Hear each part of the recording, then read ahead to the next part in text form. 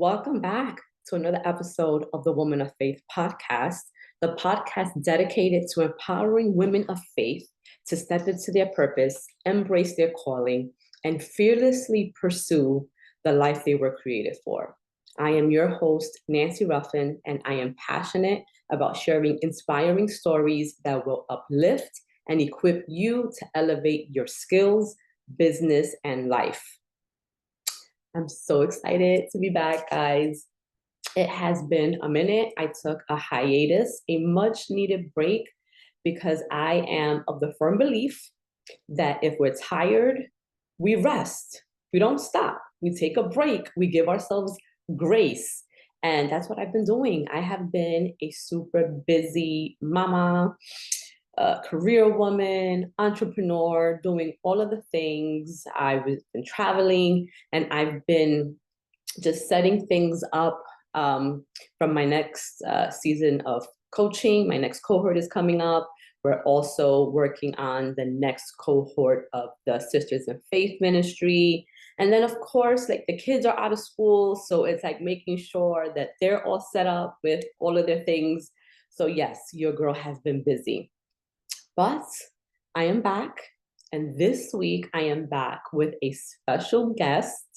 I'm super excited because I'm going to be interviewing none other than content creator Jourdan Guyton. She is probably one of the most successful content creators that I've come across on Instagram. She is also a woman of faith. She is someone whose journey that I've been following for quite some time.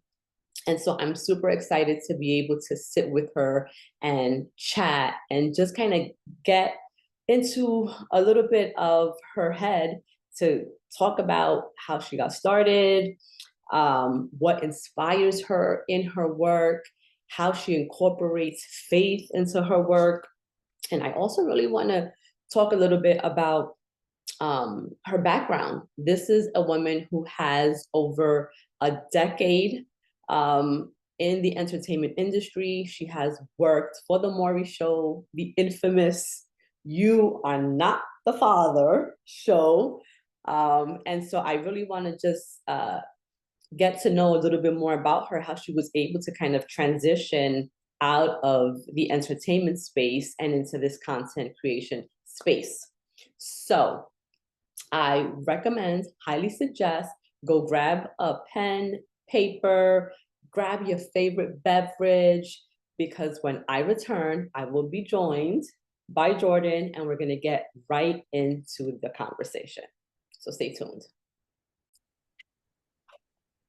So welcome back, everyone. As promised, I have joining me today the one and only Jourdan Guyton. Hi, Jourdan. Hi, Nancy. Thank you so much for having me. How are you? I'm good. I am enjoying the summer weather, excited to hit my steps, get my steps goal in. Yeah, and I'm just feeling really grateful. How are you? I'm great. I'm good. The same. Enjoying this weather on the East Coast. Yeah. We are having 90-degree days, and I'm not mad at it at all. How is life on the West Coast? Yeah, it is good. I mean, the pace is definitely than the East Coast for sure, and I appreciate it. I think that it's been fun. We got a puppy back in November.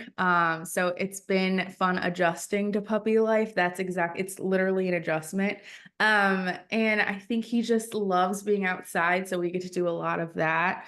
I think I've been able to meet some really cool people and form a friend group out here, which has been nice as well. And my husband and I have been exploring. We got to explore a lot of the East Coast, so it's exciting to kind of find new spots that we've never experienced before together. So I'm excited to do more of that. I love that. When I was thinking about who I wanted, on the podcast, I've been wanting to have you for a really long time.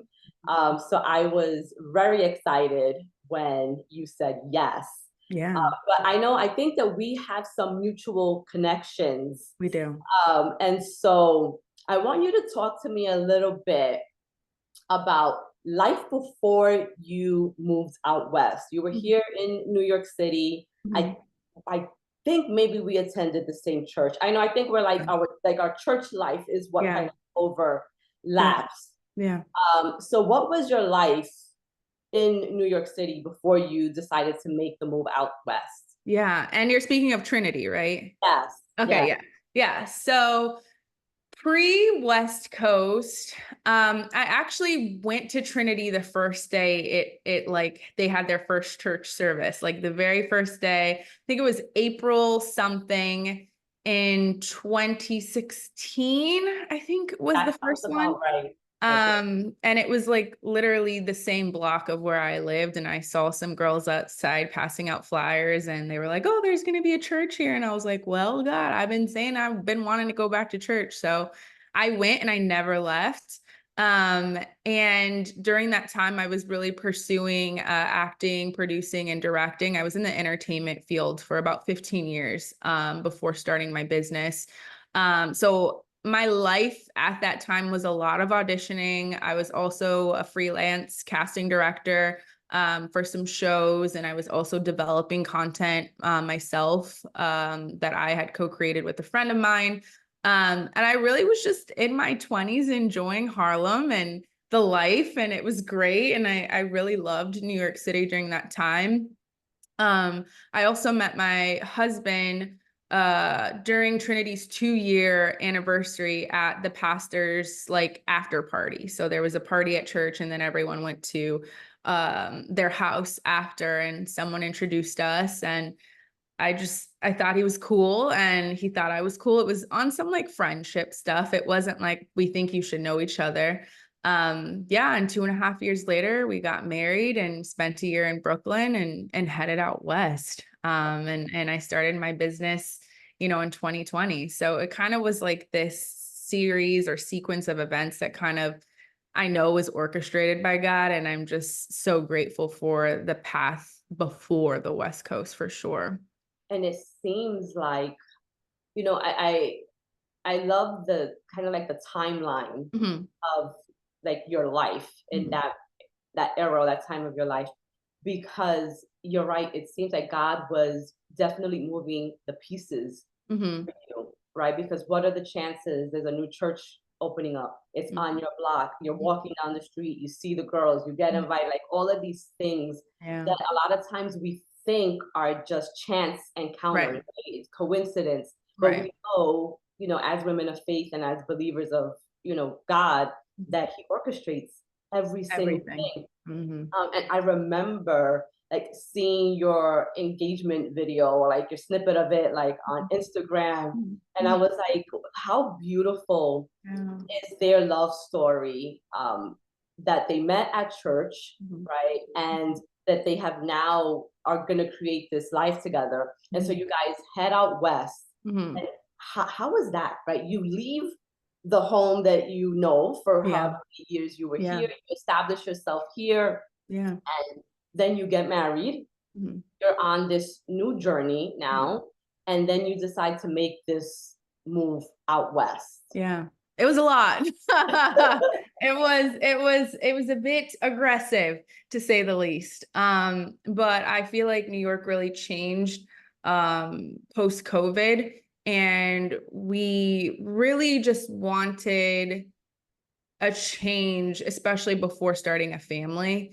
I got engaged in November of 2020, and my mom passed away in February 2021.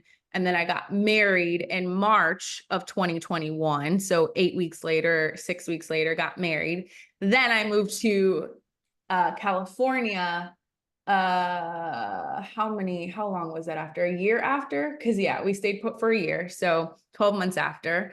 um so it was a lot. Like it was just I That's a felt lot of like, change. yeah, Like I when feel you like think go about ahead.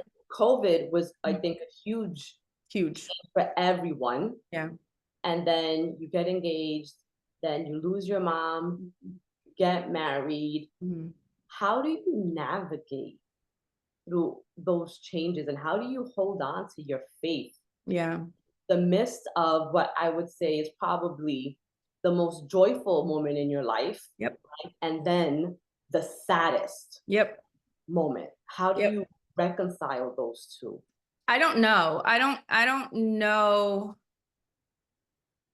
There's a few things, like definitely if I was not grounded in my faith, I used to always tell my mom, if something ever happened to you, I would kill everyone. Like, I just don't know what I would do. Like, I just won't be able to make it. And not that anyone was going to die, but that shows just how much she was my best friend. Yeah. And then I was getting ready to marry my best friend. And I think like, knowing that, I think my mom knew that I was going to be okay. So I think that was part of it. And then I also think that, again, God is so intentional. I started my business in July, August, September, October, November, January, February. So 6 months before losing my mom, I started my business. And I also think my business is one of the things that saved me through this process as well. Because there were just so many women that I'd been called to serve, and I just loved it so much. It also kept me busy. Not to the point where I wasn't faced with it, but to the point that I was still opening and welcoming love and welcoming passion and welcoming excitement. And I also had my husband. So I really do think that that was a big part of it. There's no linearness to this. Like, it's very ebbs and flows. I have a therapist. I have my husband. I have a great support group. And I know that is a luxury going through something like this, because not everybody has that. And I literally cannot imagine not having any of that and trying to actually make it and be sane. Yeah, it's a lot for Yeah. anyone. And Yeah. so you talking about the business. So talk to me about the business. Yeah. How did you launch? What was the thing that inspired you to create the business? You know, because for those of you who may not be familiar with Jourdan, I don't know where you have been hiding. She is probably one of the most successful entrepreneurs that's helping women, you know, create their content and make money off of Yeah. that. And I Yeah. have literally seen you grow because I've been following you on Instagram, you know, for quite some time. And there's just something about you. Mm. I think it's the God in you, your Mhm. faith, that even though you know you're promoting the business, it doesn't come off salesy. I Yeah. don't know, like to me you are set apart from all of the other content creators, marketers that I see. So talk Mm. to me about the business. Sure. What inspired you to launch it, and what do you believe makes you different from Mm. others in that space? Yeah, great question, and thank you.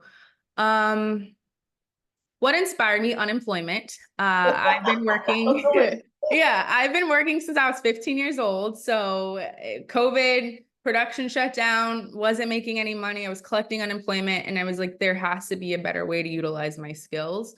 And I put a business coach on my personal credit card, because I never don't have a business degree, never started a business, but I know how to make money. Like, I've been freelancing, I've been making money, like I said, since I was 15 years old. Um, I ended up LLCing and naming the business after my grandma. So the business is named Media. And I just found passion in helping other people tell their stories. And when I first started it, nothing was open. The only essential businesses that were open were essential businesses. So like supermarkets, hospitals, restaurants. So I was like creating graphics for like jerk chicken restaurants and like anything in Harlem. I was like, hey, do you need any marketing? Cause like hit your girl up. And I ended up hiring that business coach, and I learned that I could actually get paid for the strategy and the ideation of things. And so then I was like, oh, well, this is cool, because now I don't have to stay on Canva all day. I can actually just tell you what to do strategically, and then also pull your gifts out of you. That's that casting piece, that production piece of me. and help you show up authentically. And as my clients started getting results and as I began getting maxed out with one-to-one clients, I was like, oh, this is something. And then we hit our first 6 figures in 9 months of launching the business. And so I think that over time, it evolved from jerk chicken graphics to heart-centered women entrepreneurs that run a service-based business that deserve to be paid for their gifts and their talents, period, full stop. And social media is a free tool that you can use to amplify your offers to be in front of the people that you're called to serve. And so I just want to simplify it. I just want to make it so just no-brainery that the only thing that's holding you back is nothing. Like, I want it to be that simple. And I've seen women just flourish, go live for the first time, get their first client, hit their first 6 figures in their business, speaking engagement, start a pot. Like, it's just wild when someone gives you that vote of confidence or that vote of like, I see you as another woman. We're like, okay, well, hello, I'm gonna do it then. And it's that ripple effect that I've seen that has just caused me to keep going. So yeah. That's so inspiring, and Yeah. it's so ballsy, right? Mhm. When you think about the fact that you are unemployed and Mhm. then you're putting the business coach on your credit card, um, right? Like It's that's crazy. another thing. It is crazy because when Crazy. there's no money coming in, we're not thinking about spending money we don't necessarily Yeah. have, Yeah. but you took a chance on yourself Yeah. and it paid off. Yeah. Throughout the journey Mhm. of your business, what were some of the challenges that you encountered, right? Because I think a lot of times too, I think social media is great, but I also think that sometimes it can be misleading because we see Sure. people being super successful Mhm. and they can tell you, step by step what they did, but they don't often share the challenges or the setbacks Mhm. that they faced. So I guess for you, what were some of those challenges and how were you able to kind of push past them to Yeah. continue to build your business? Yeah. I mean, there's still challenges to this day. I mean, I think, I don't know statistically, but I think a big reason why businesses fail, it's a high statistic. It's like 80 or 90% of small businesses fail just in general. And I think because there are just so many crunchy moments of, am I tapping in or tapping out? Right? Like, your revenue is up and down. You get Nancy, when I had to get out of the support email when people would say like, I want a refund or this wasn't what I expected. I would be so hysterical. I would cry and I would make it like I was the worst teacher. Like they didn't get what they came here for. Like there's just been so many moments because you don't know what you don't know that it's very easy to say, yeah, I'm good. This is trash. I think that what has kept me in it is when I think about the time freedom that I have. When I think about the fact that my husband and I are stepping into a season of family planning and making a baby, and the fact that I can think about how I want my schedule to be and how I want to build my offers. The fact that I have location freedom, like I can literally work from anywhere. My husband's fully remote as well.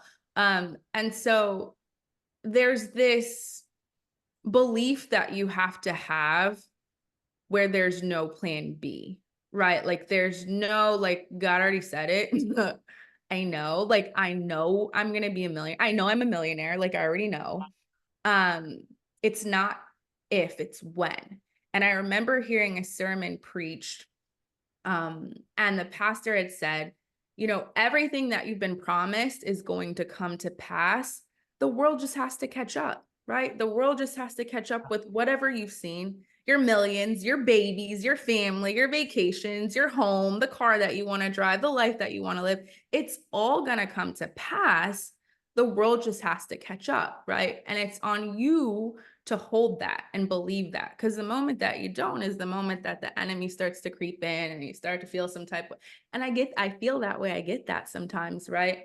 But I just try to live my life, one, in gratitude, and two, an expectation that the world will catch up. I just have to stay in it. But I look on LinkedIn like every other week. Like, do I need to get a job? 'Cause this is crazy. But it's so worth it. I just love, like, I'm taking notes. Oh, As I really do, because I love that the two things that you said. yeah. Um, it's already yours. Mhm. The world just has to catch up, Yeah. but that you live in a state of expectation. And I think like so many people don't. Yeah. I mean, they might, but I think they live in a state of expectation, but to like the negative end. Right. They expect nothing to happen or they Right. expect the bad to Right. happen. And so then that is what happens, right? Right. Because what we expect is what manifests, is what Correct. materializes in our reality. But Correct. you live in a state of expectation that it will happen. Right. It's just a matter of time. I was looking at your website and like the things about you that you list, Mhm. and you listed that you live in a state of abundance, or you love to talk about abundance. Yeah. Do you believe that your mindset, the belief of abundance, of expectation, is what has helped you generate six figures in your income and has really helped um, just get you to where you are in your life in spite of all of the things that have happened, in your past? Yeah, great question. I mean, I think that it's been more recently that I've been working on like my abundance mindset, my identity, like who I identify as, and like being that woman today and not waiting for her to show up and being really intentional. I think that there's this, and I'm working on trying to find it again, but there's this like fearlessness and this low resistance that you have when first starting a business, where you don't overthink everything, where you just hit the go button. You don't like, there's something that is, and maybe it's the ignorance piece of it, where you don't have a bunch of people in your head or telling you to try this or this funnel or get this coach or try this software, right? There's this certain period right in the beginning where you start your business where you're just green and anything kind of flows, right? There's little resistance. There's little like, I'll try this, or this feels good, so I'm going to do this. As I've grown, made more money, increased my influence, I do feel like I have moments of censoredness where there's this resistance of overthinking, or am I going to say it right, or what if no one says something, or what if I go in for the proposal and they don't show up? Like I think there's a little bit more of that, and I think that's what really had caused me to focus and be very intentional and make that the number one thing right now in my life is my mindset. It is my identity. It's not a revenue goal right now. It's not a new offer. It's not how many times I'm posting every week. It's like, how do I feel in my body right now? And if it's not good, how do we get it good? Right? Like that's kind of where my shift has been. And I think that is what changes the game. I think that's what allows like you to feel that unbothered, like roll off your shoulder type of energy. Cause we get back into the not if, when. And I think it's so important. It's so necessary. I don't think it's talked about enough. I really don't. It's interesting that you say that, and I think because that is where you are, Mhm. it's also how you show up, and I think that's what attracts me to you, particularly in the way that you market your offers and you promote your business, Mhm. because it doesn't seem tied to just revenue alone. Like, Mhm. I get it. Like, businesses, develop because they're in it to make a profit. No one Sure. starts the business to like lose money. He broke. Right. But I think the bigger purpose too is that people start businesses to solve a problem.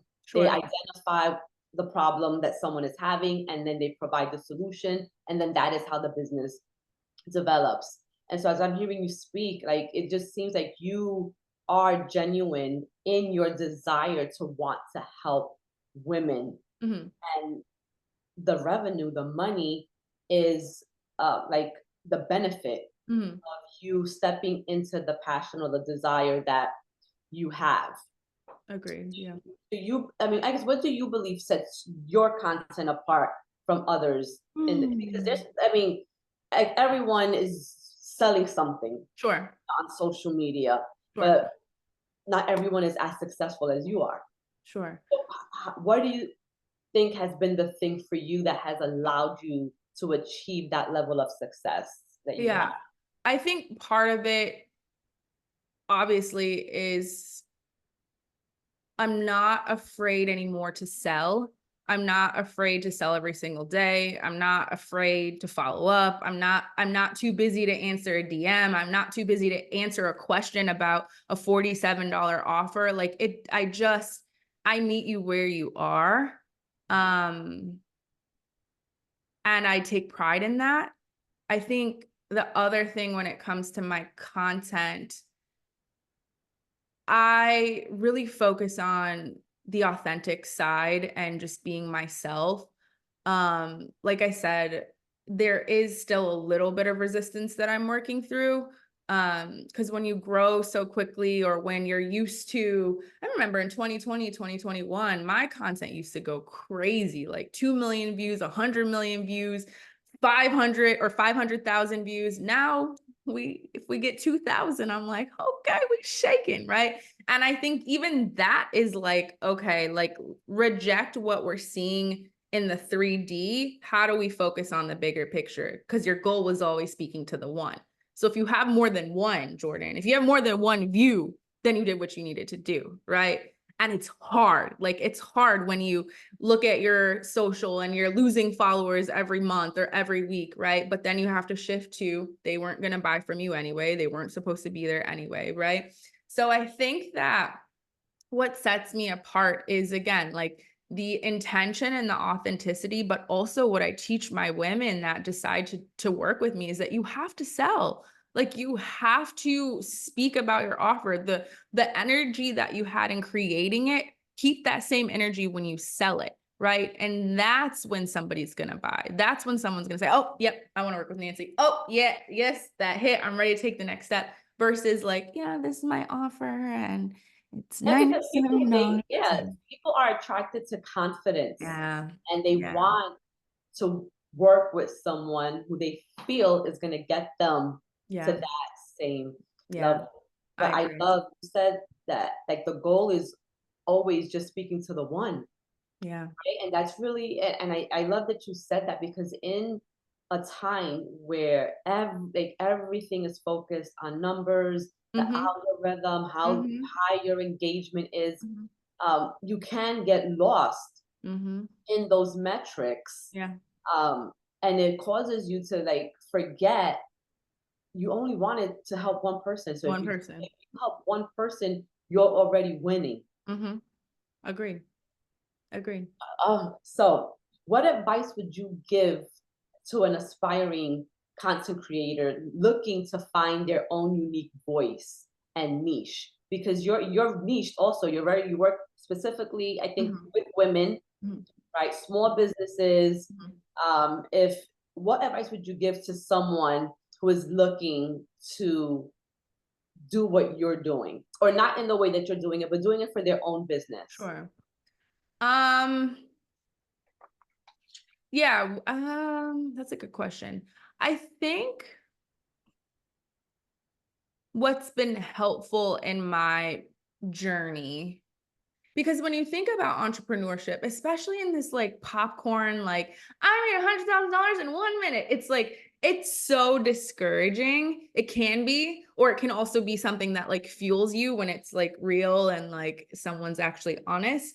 Um, but I think that it's so important to define success for yourself before the internet defines it for you, before someone else's reel defines it for you, before the email comes in your inbox and says, I did this. And then you're like, oh crap, I'm not doing enough, right? Like, what is success for you? What are your numbers? There's this book, We Should All Be Millionaires. And Rachel Rogers, the author, has this exercise in there. I feel like it's called Run the Numbers or Your Numbers or something.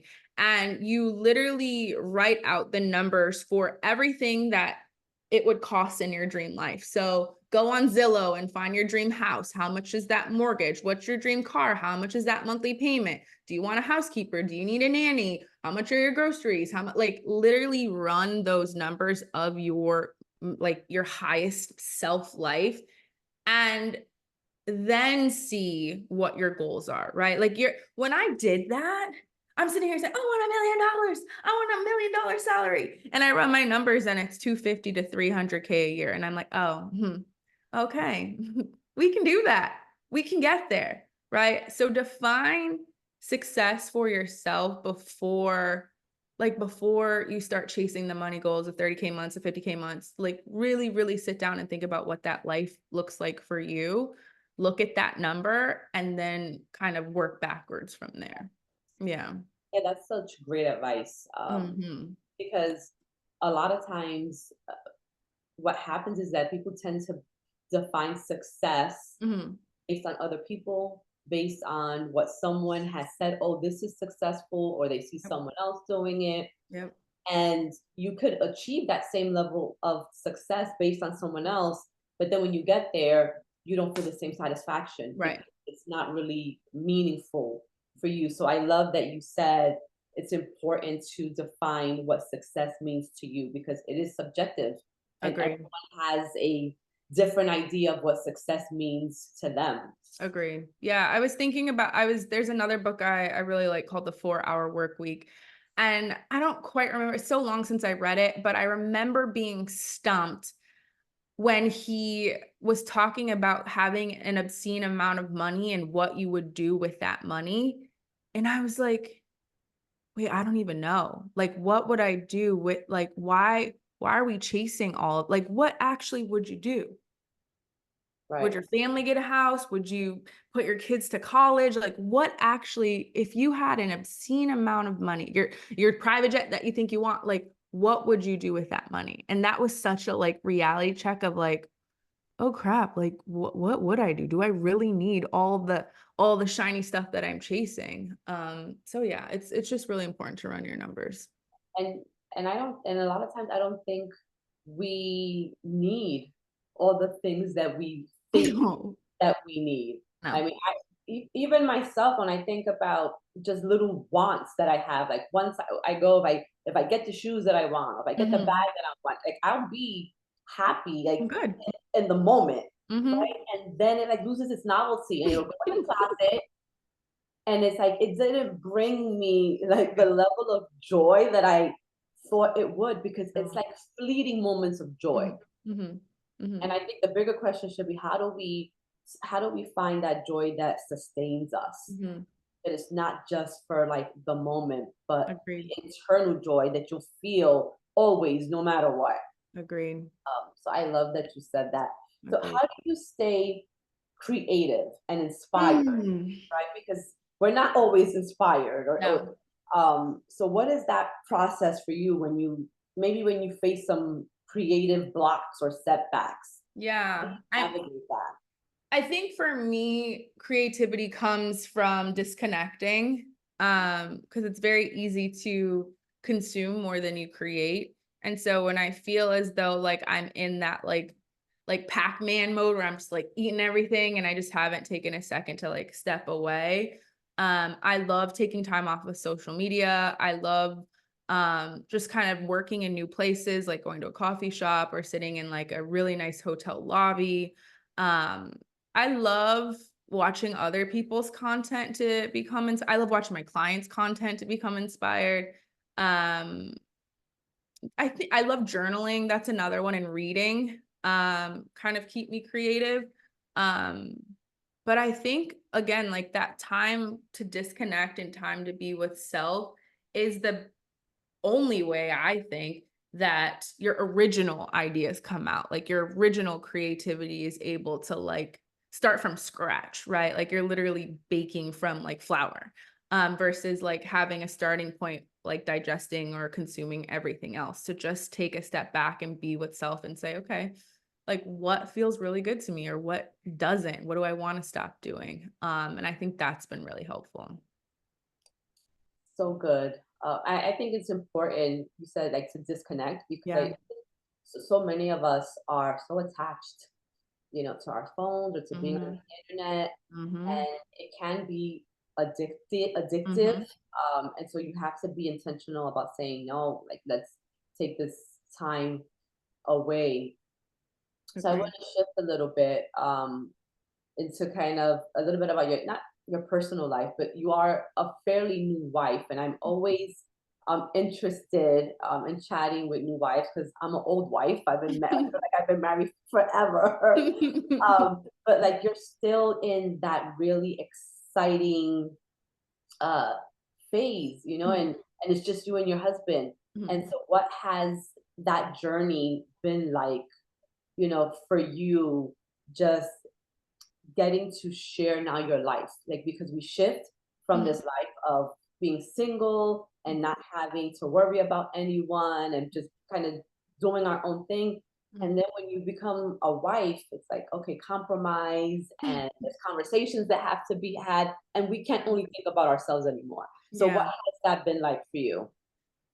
It's been great. Like I he's literally my best friend. So I think it's just fun. Like I think that what I always tell people that want to be married, like cuz I don't think it's for everybody, but if you want to be married, I think that I wish I would have known more about like how fun it actually could be and how fun it is. Like I think there's just such a like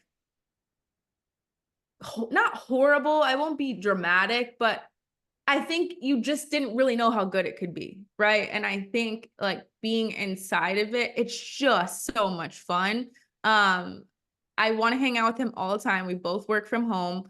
So I know he's probably like, I'm on a call, but I'm like, hey, I'm here. Like, I'm literally that person. I love doing nothing, but I also love like finding things to do and exploring new places with him. I also love his family.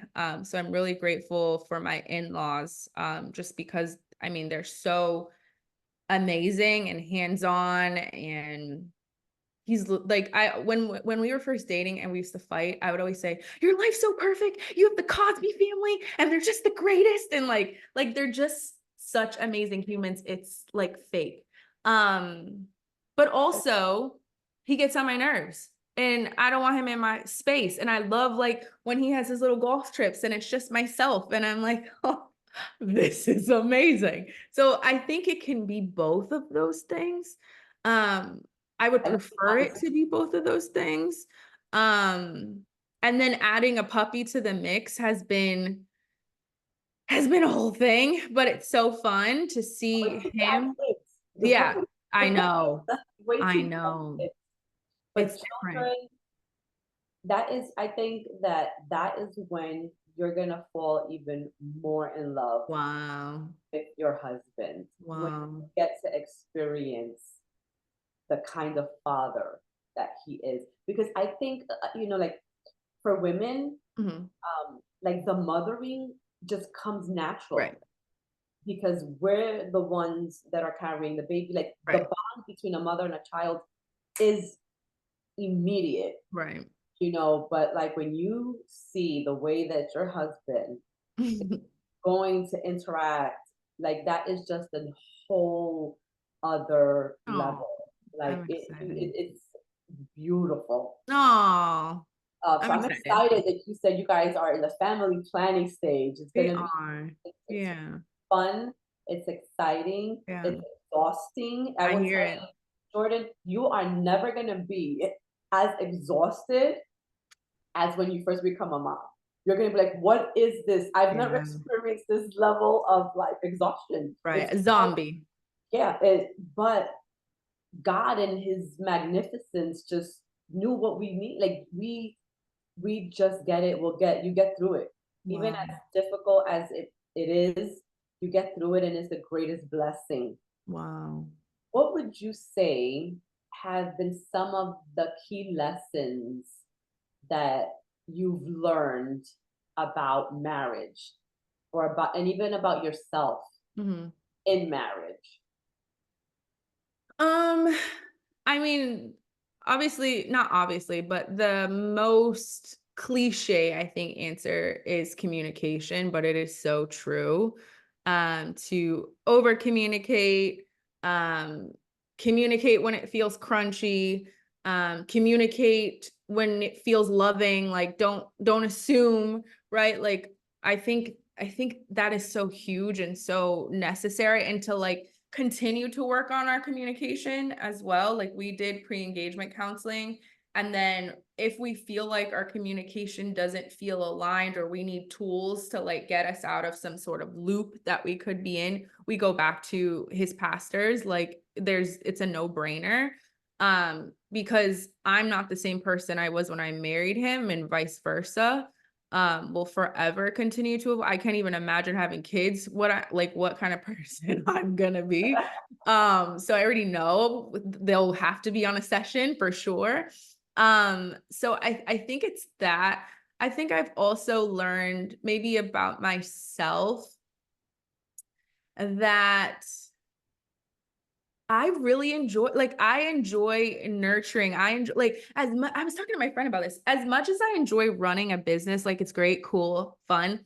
I just love being like girly and womanly and nurturing, and like making lunch and cooking food for the dog, which is so wild and weird that I cook on the stove for Dean, or like making sure that he has lunch, or like, I just love that. Like, I just think it's like, I don't know. Do you watch Nara Smith on TikTok or Instagram? Yeah. Like I feel like I'm so excited for that era. Like I feel like I'm gonna be making baby food or having someone make it, but like I didn't think I would Don't be feel that girl. guilty about Yeah. hiring help Yeah. because I think like it's another thing that women don't talk enough about. I think Yeah. especially like our parents and like our grandparents, they Mhm. felt like they had to do it all. Yeah. And I think that this generation is starting to realize like you don't have to do it all. I And will. shouldn't have to because it's a lot, Yeah.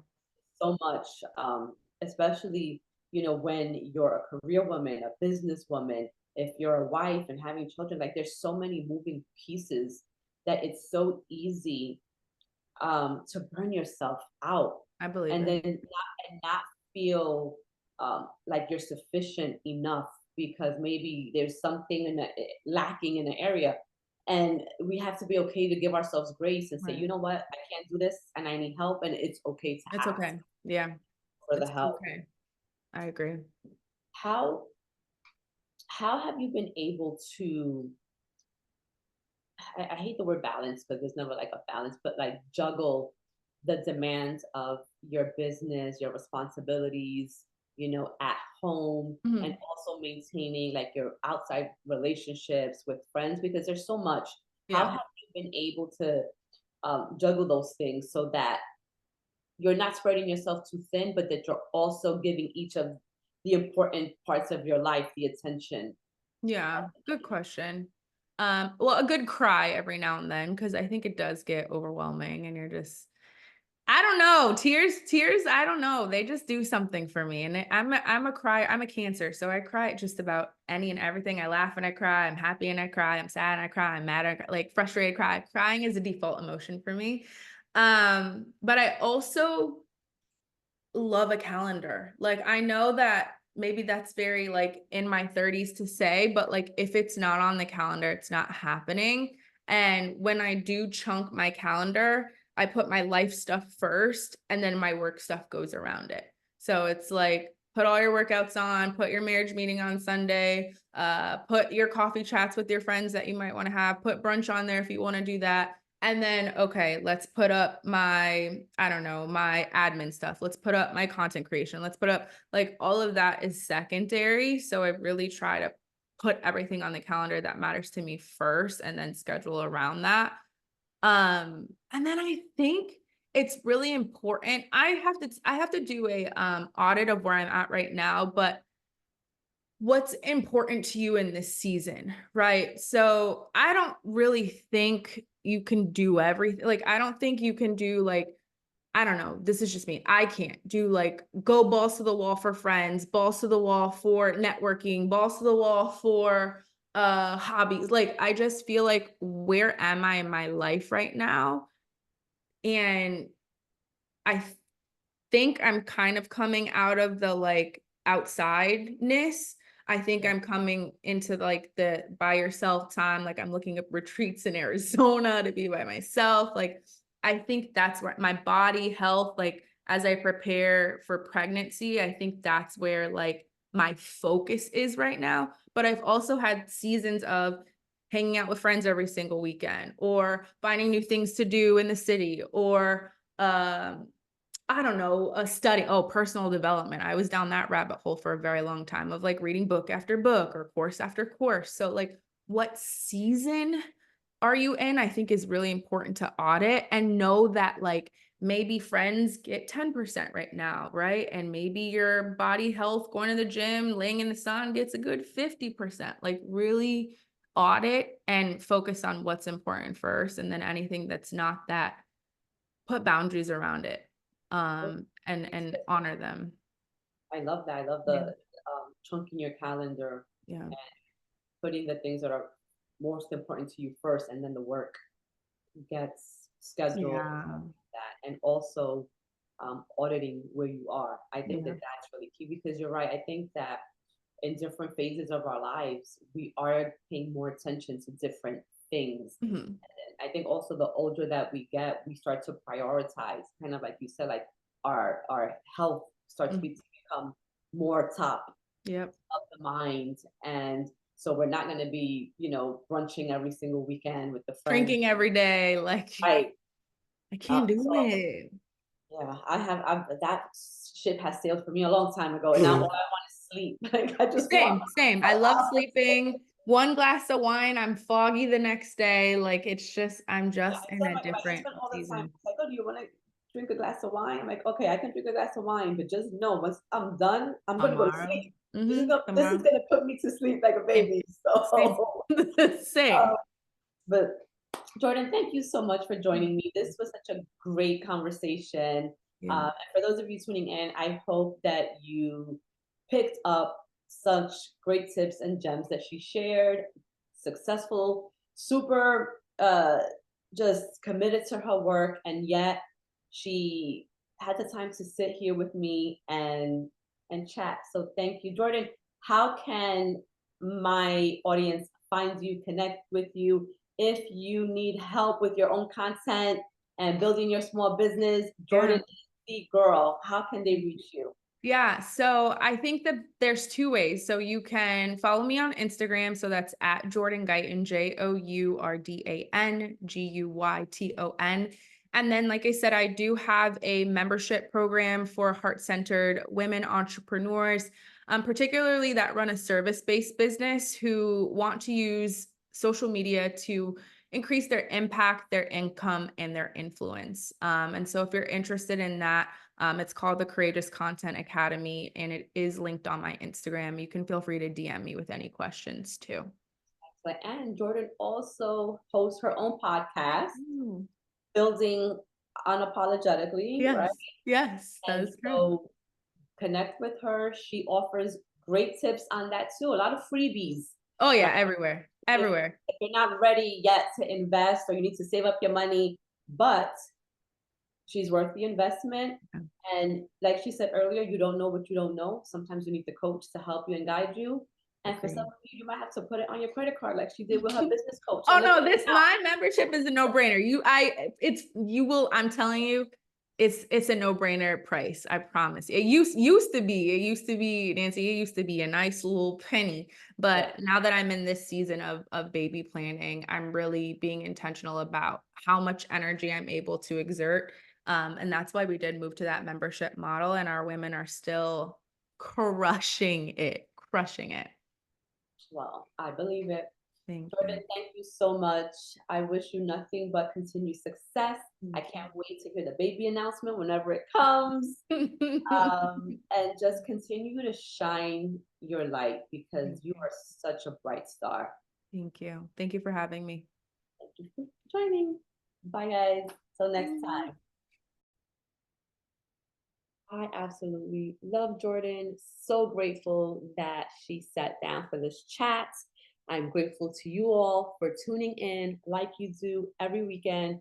So thank you for joining me on this week's episode of the Woman of Faith podcast.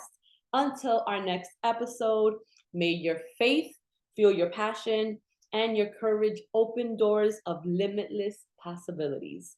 Stay boldly faithful and remember that you were created for more. Until next time.